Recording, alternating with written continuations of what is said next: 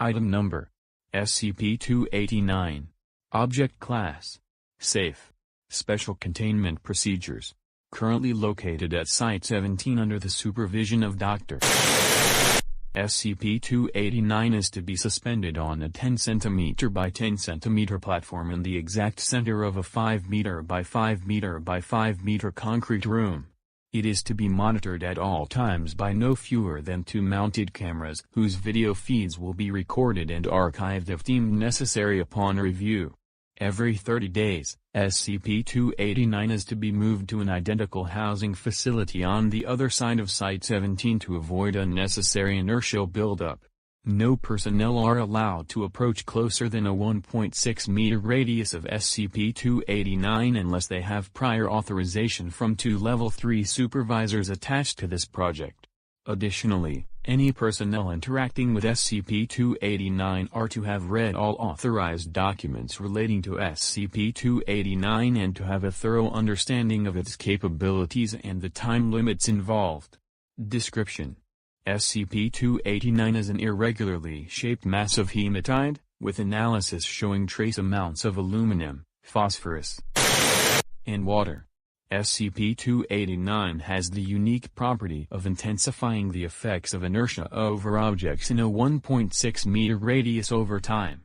Objects that remain immobile will become more and more difficult to move, while objects maintaining a constant speed will become very difficult to stop. At best estimate, close proximity to SCP-289 increases an object's inertia by 17% every 160 seconds. With a slightly slower reduction of inertia over time to base levels after being removed from SCP-289's active radius. SCP-289 was retrieved in 1983 after a series of odd traffic accidents in Edmonton, Alberta, Canada. On 1983, a small car sped uncontrollably through the city for 17 minutes until it finally impacted with the side of a butcher's shop and was stopped. All objects located inside the vehicle either exited through the front windshield or were forcibly pressed as far towards the front of the car as they could go. The driver, who remains unidentified, was announced dead at the scene and eventually loaded into an ambulance with some difficulty. On the way to the hospital, the ambulance shared a similar fate as the previous car, with the driver reporting sluggish turning and braking at first, followed by an inability to turn or stop at all and an intense feeling of being drawn forwards. The ambulance came to a stop after plunging into the North Saskatchewan River. The driver managed to escape from the vehicle and found himself propelled across the river and into the surrounding woods at an estimated 30 km/h, where he remained pinned to a tree for nearly 45 minutes before his inertia stabilized and he fell to the ground.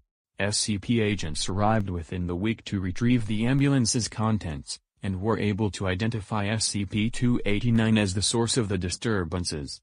SCP-289 was eventually airlifted to Site-17 by being attached to the end of a long tether held below a helicopter to avoid any inertial buildup on the part of the vehicle. Addendum: those with proper authorization to research the properties of or interact with SCP-289 should see Document 289-01 for full safety procedures. Document 289-01. Testing Safety Procedures. The radius of SCP-289's action is precisely 1.6 meters. There is never to be more than one person inside this radius at any time. Human interaction with SCP-289 is not necessarily dangerous, but stringent time restraints are in order. No Foundation personnel are to be inside the active radius for more than 90 seconds. During this time of exposure, personnel are advised to alter their speed, acceleration, and position as often as possible to avoid inertial buildup. Objects to be subjected to SCP-289's active field should ideally be introduced to the field by automated means. Long handheld manipulating devices are also acceptable, and for particularly delicate objects or precise adjustments human interaction is allowed, so long as time restraints are not violated. Retrieval of stationary objects that remain inside SCP-289's active field for more than 800 seconds is nearly impossible. Objects that maintain a constant speed inside the active field for a similar time are nearly impossible to slow or stop. Thus all experiments should conclude before this threshold time is reached. In the event that an object becomes irretrievable, researchers may petition Dr. to have the object returned after SCP-289 is moved to its new enclosure during monthly transfer protocol and the requested object's inertia has returned to standard levels. Transfer of SCP-289 from holding area Alpha to holding area Beta or back is to be performed every 30 days. During this procedure, Hallway 121 is to be completely evacuated and all adjoining doors are to be locked at Security Level 3. SCP-289 is to be removed from its suspended platform and placed inside of one of the rubber spheres located in the adjoining storage area. The sphere is to be rolled down the hallway towards the opposite holding area at a speed of no greater than half a kilometer per hour, which should remain steady for the duration of the relocation. Once the sphere comes to a stop, SCP-289 is to be removed and placed on the new suspended platform.